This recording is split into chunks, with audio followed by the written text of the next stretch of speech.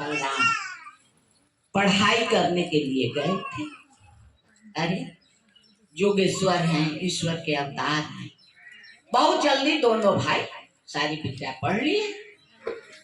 उसके बाद ऋषि संदीपनी ने कहा कि देखो बच्चों, अब मेरे पास जितनी विद्याएं थी मैंने तुमको दे दी। अब तुम्हारी शिक्षा पूर्ण हुई, अब तुम अपने अपने घर जाओ। कृष्ण ने कहा, गुरुदेव आपकी दक्षिणा। ऋषि संदीपनी कहते हैं, अरे दक्षिणा कैसी? इतने दिनों तक मेरे आश्रम में रहे, मेरी सेवा किए, मेरे चरण दबाए, मेरे हर सुख दुख का ख्याल रखे, दक्षिणा क्या देना है? जाओ, मेरा आशीर्वाद है। बहुत जिद करते हैं कृष्ण बलराम, लेकिन ऋषि संदीपनी कहते हैं नहीं, मुझे दक्षिणा के रूप में कुछ नहीं चाहिए, यानी ऐसा नहीं है तुम। उसके बाद दोनों भाई सोचते हैं, अपने विचार करते हैं कि गुरुदेव तो नहीं कुछ बोल रहे हैं, तो गुरुदेव की अर्धांगिनी है गुरु माता, वो भी तो आधा है, तो हम लोग उन्हीं से चल के पूछते हैं दक्षिणा में क्या दें। लेकिन बिना दक्षिणा दिए जाना सही नहीं, हम लोग नहीं जाएंगे। जाते हैं दोनों भाई, कुटिया में पुकारते हैं, माँ माँ। माँ उठ के बैठती है, लेटी है। कृष्ण कहते हैं, माँ गुरुदेव ने हम लोगों को आशीर्वाद दे के विदा कर दिया है, लेकिन दक्षिणा के बारे में कुछ नहीं कह रहे हैं। आप ही कुछ कहिए कि दक्षिणा में हम दोनों भाई क्या दें। माँ भी वही बात कहती है, अरे इतने दिनों तक मेरे पास रहे, माँ की तरह मुझे प्यार किया, जंगल से लकड़ी काट के लाए, पानी भर के लाए नदी से, गुरुदेव की चरण सेवा किए, अब दक्षिणा क्या? तुम लोग जाओ। जिद करते हैं कृष्ण की, नहीं माँ, बिना दक्षिणा दिए मैं नहीं जाऊंगा। तब माँ बोलती है, अब माँ को रुलाई आ जाती है और तब कहती है, अरे बालको, मैं जो दक्षिणा में मांगूंगी वो तुम दे सकोगे क्या? क्यों जिद करते हो दक्षिणा देने की? सोचिए दक्षिणा का क्या महात्मा है। यानी जो मांग दे, जो चाह दे गुरु, वही सही अर्थों में दक्षिणा है। तो कहते हैं कृष्ण, मां या तो दक्षिणा दूंगा या प्राण दूंगा। या तो दक्षिणा दूंगा या प्राण दूंगा, आप कहिए तो।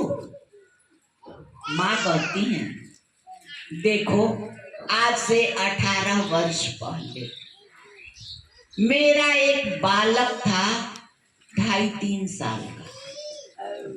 मैं और तुम्हारे गुरुदेव पुष्कर क्षेत्र में स्नान करने गए थे। वहां वो बच्चा पानी में डूब गया, उसका शव नहीं मिला। तुम्हारे गुरुदेव कहते हैं कि शव नहीं मिला, वो बच्चा जीवित है। अब वो कहाँ है, किस हालत में है, मुझे दक्षिणा में वही बच्चा चाहिए, दे सकोगे क्या? सोचिए। दोनों भाई चरण छूते हैं गुरु माता के, कहते हैं, माँ आपका आशीर्वाद होगा तो हम जरूर दक्षिणा देंगे, या तो दक्षिणा लेकर आएंगे या प्राण दे देंगे। गए हैं दोनों भाई। कृष्ण तो ईश्वर है ही, जो बल से देखते हैं उस बालक को, पाताल का कोई राक्षस ले गया है पाताल लोक में। वहां जाते हैं पाताल लोक में, तो राक्षस और आदमी का बच्चा तो पहचान में आ रहा है। खूब मोटा तगड़ा 22-23 साल का जवान हो गया है बच्चा। उसको कड़ी बेड़ी डाल दिया है वहां लोगों ने। केवल चल सकता है, भाग नहीं सके, हाथों में भी जंजीर है, पैर में भी, और उससे उसको नौकर बना के उससे काम लिया जा रहा है। कोई उससे अपना पैर मलवा रहा है, कोई पीठ मलवा रहा है, उसको मारता भी है। देखा जब कृष्ण बलराम ने तो इन्होंने पहचान लिया कि यही मेरे गुरुदेव का बच्चा है। तो लड़ाई करते हैं वहां दैत्यों से, सबको मार मूर के उसका जंजीर काट के और लेके आते। देखिए दिल देने की बात कितनी बड़ी है, आगे पता चलेगा। लेके आते हैं बच्चा को,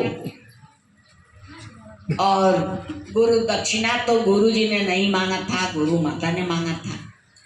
लेके जाते हैं कुटिया में, माँ तो लेती है, पुत्र की याद में ही है। जाते हैं ये लोग, चरण छूते हैं और कहते हैं माँ आपकी दक्षिणा लेकर आया। माँ एक बार हड़बड़ा के जगती है, देखती है पुत्र को, आंखों से आंसू गिर रहे हैं, और उसी खुशी में दौड़ के जाती है बाहर, कहती है ऋषि संदीपनी से, सुनिए सुनिए, देखिए तो बच्चे दक्षिणा लेकर आए हैं, कौन आया है देखिए तो। ऋषि दौड़े हुए आते हैं कि अरे इतनी बीबल और इतने ऊंची आवाज में इतने खुशी के साथ तो कभी हमको नहीं पुकारती थी, क्या बात है। तो ऋषि आते हैं दौड़ के, फिर कहते हैं कृष्ण बलराम कि ये तुम्हारे पिताश्री हैं, इनको प्रणाम करो। बालक उनके चरण छूता है। ऋषि संदीपनी को मालूम हो जाता है कि ये मेरा वही खोया हुआ बालक है। उसके बाद देखिए, अब ऋषि संदीपनी का माथा ठनकता है। यही हम लोगों के समझने वाली बात है, यही दिल देने की बात है, यही पॉइंट फंसा है। अब ऋषि संदीपनी का माथा ठनकता है, कहते भी हैं बच्चों इतने दिन तक मेरे पास रहे, मैंने तुम्हें पढ़ाया लिखाया, लेकिन मैं तुम्हें पहचान नहीं पाया। ये काम कोई मानव नहीं कर सकता है। मुझे लगता है तुम ईश्वर हो, मैंने तुम्हें क्यों नहीं पहचाना। यही बात है, जब तक हम आप दिल नहीं दे पाएंगे नहीं पहचान पाएंगे। दिल देने का मतलब सब कुछ दे देना। साहब जो लिखे लोग समझेंगे। तो साहब हमेशा कहते भी हैं कि देखिए महादेव भी आ जाए ना आप लोगों के सामने तो क्या कहिएगा आप लोग? आप लोग कहिएगा आहा बड़ा अच्छा बहुरूपिया बनल बा, एकदम सचमुचिया महादेव खानीला।